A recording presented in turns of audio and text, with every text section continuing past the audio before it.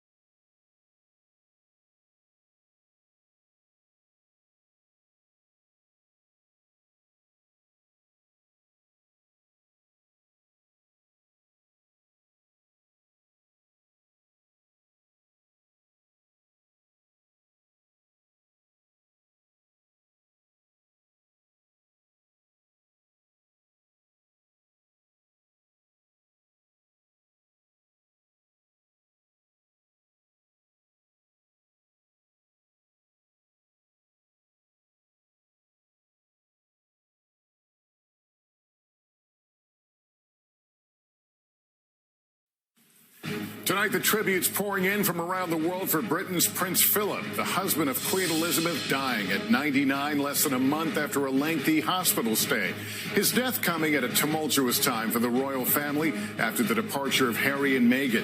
How COVID is impacting funeral plans and the royal love story spanning over 7 decades. The medical examiner who conducted the autopsy on George Floyd testifying what he said about the role drugs and heart conditions may have played in Floyd's death, and how another medical expert on the stand challenged his findings. Vaccinations halted after sites in at least 3 states now report adverse reactions from the Johnson & Johnson COVID shot, and Pfizer taking a big step toward vaccinating kids. The House Ethics Panel launching an investigation into Congressman Matt Gaetz as he faces a sex trafficking probe, now the first fellow Republican to call on him to resign. The massive volcanic eruption forcing thousands to evacuate, a 4-mile-high plume of smoke and ash, cruise ships sent to help people escape, and the Grammy-nominated rap star being celebrated tonight. This is NBC Nightly News with Lester Holt. Good evening. They were one of the most famous couples in the world, their fairy tale story befitting their royal status. Tonight, the death of Queen Elizabeth's husband of more than 70 years, Prince Philip, has rocked the United Kingdom and left much of the world reflecting on their enduring marriage and now crushing loss.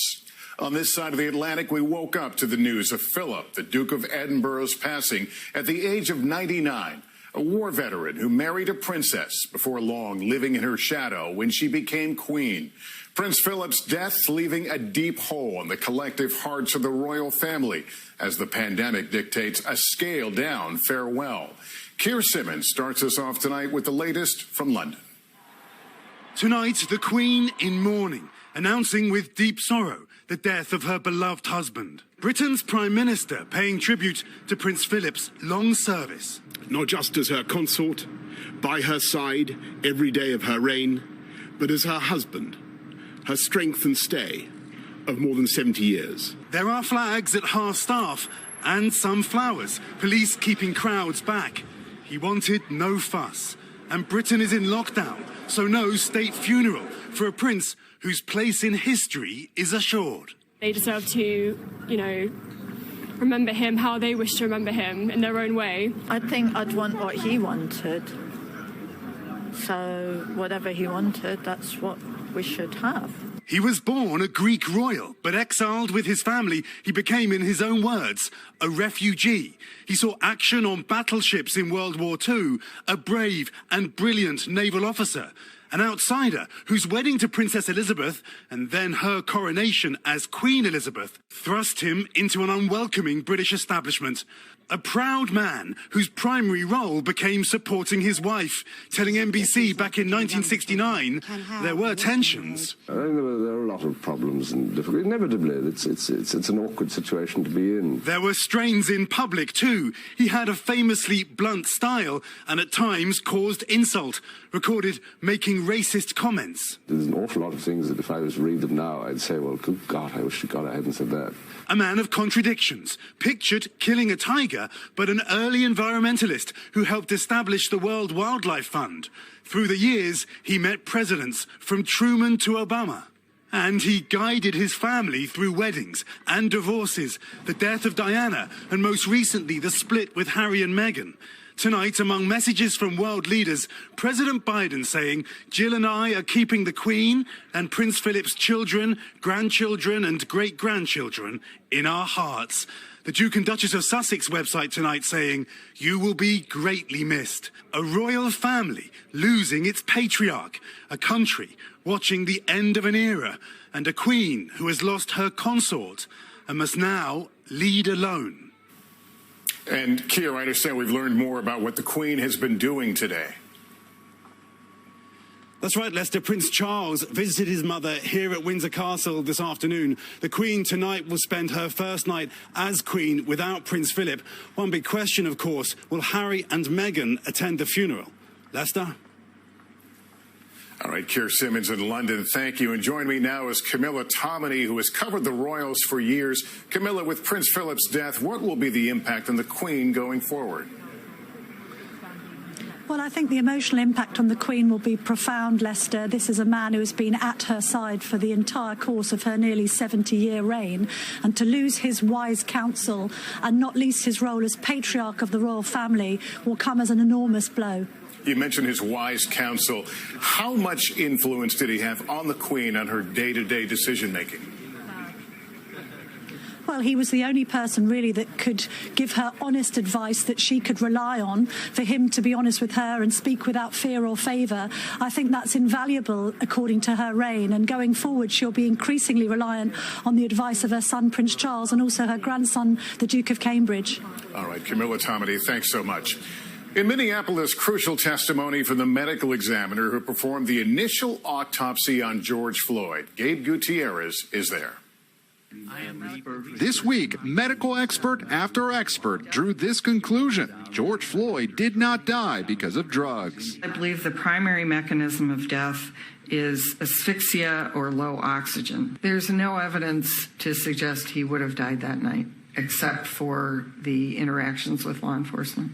And today, highly anticipated testimony from the Hennepin County Medical Examiner, Dr. Andrew Baker, the only person to conduct an initial autopsy on Floyd. I was aware that at least one video had gone viral on the internet, but I intentionally chose not to look at that until I had examined Mr. Floyd. I did not want to bias my exam by going in with any preconceived notions. Baker determined that Floyd's cause of death was cardiopulmonary arrest. In other words, that his heart and lungs stopped while he was being subdued, restrained, and compressed by police officers. In my opinion, the law enforcement subdual, restraint, and the neck compression was just more than Mr. Floyd could take by virtue of those heart conditions. The manner of Floyd's death, Baker found, was homicide, but the autopsy report did not mention asphyxia or lack of oxygen.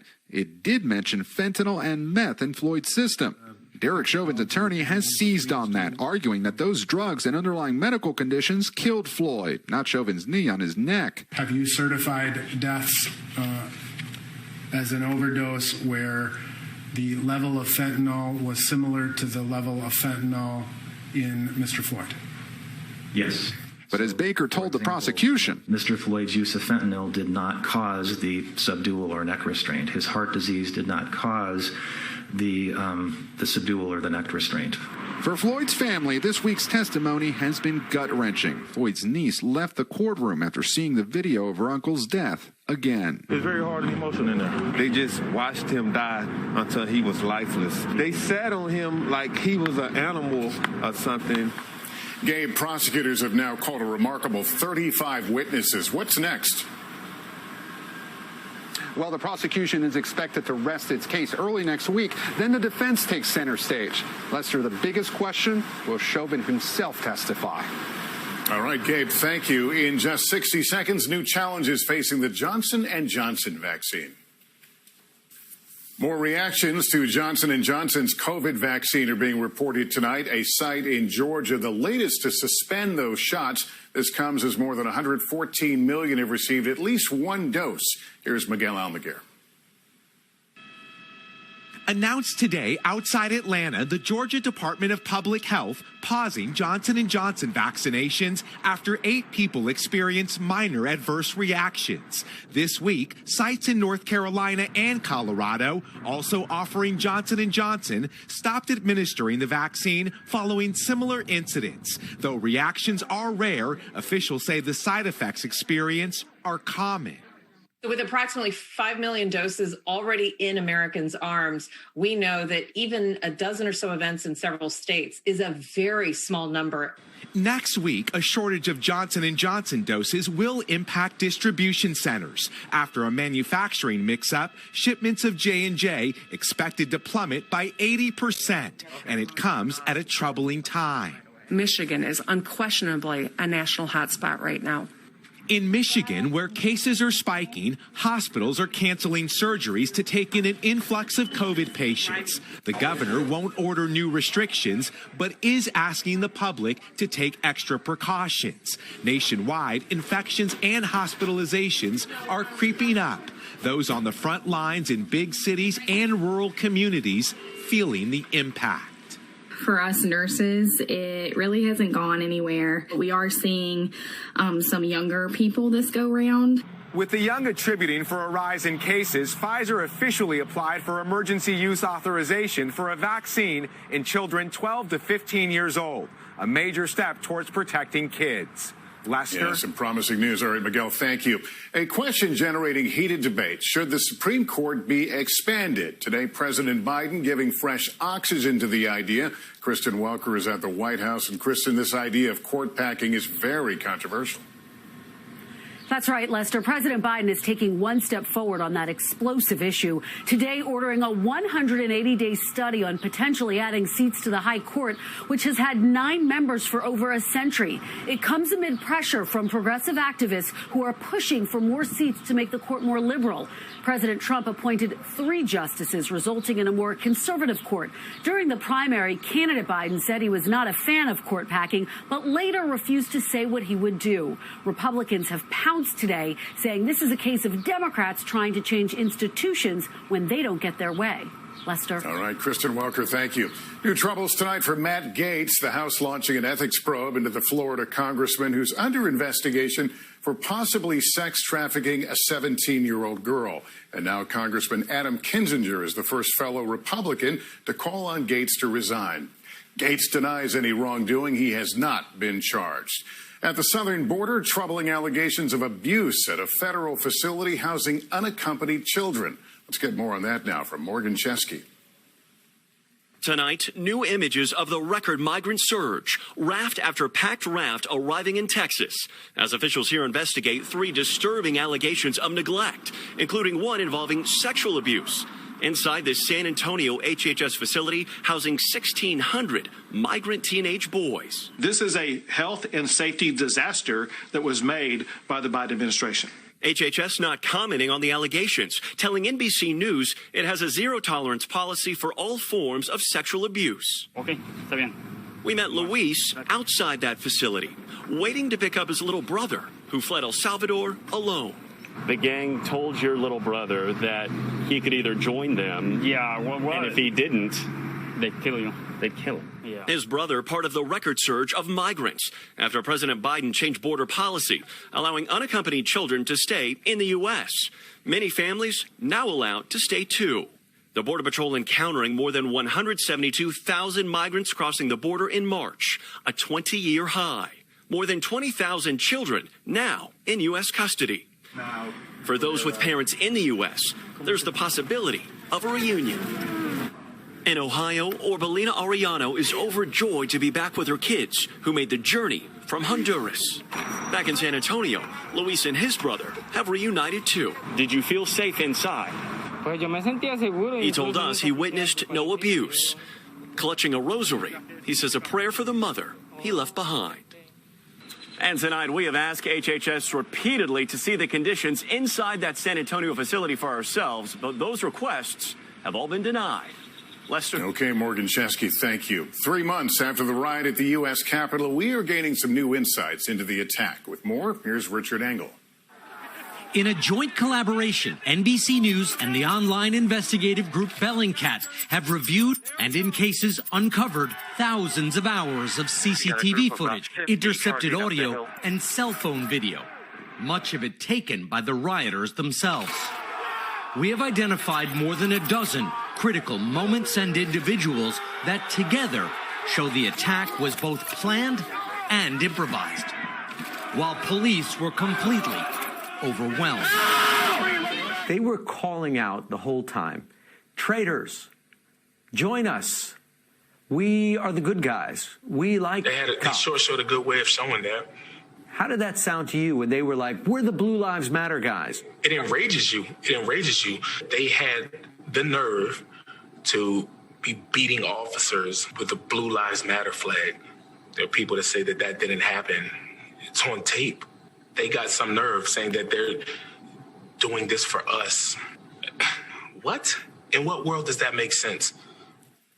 Richard Engel reporting. And Richard, thanks. See more of his story Sunday at 10 p.m. Eastern on MSNBC.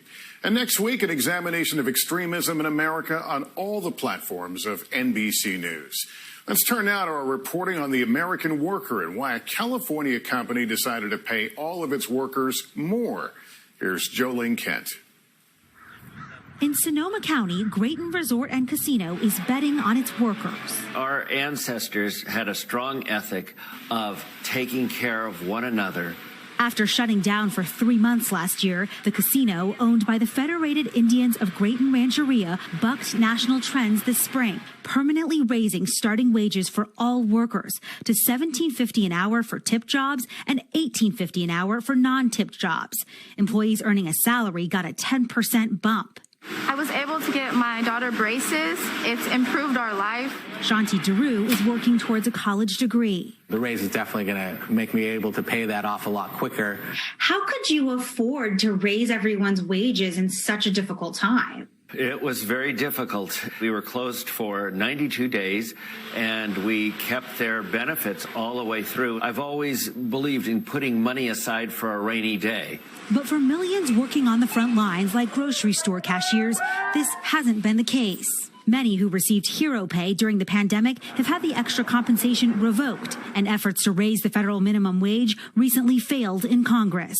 According to the Congressional Budget Office, increasing it to $15 an hour by 2025 would benefit up to 27 million workers and lift nearly 1 million out of poverty.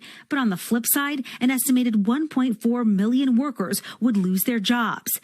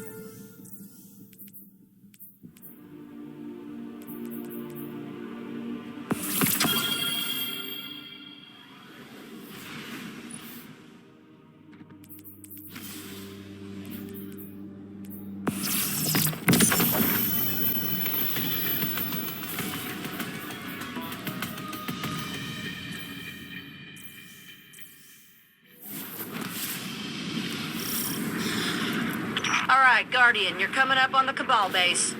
If these Scions are half what we suspect, their commander will already know you're here. I never bothered the Guardian before. Well, hell, maybe now they'll put up a fair fight.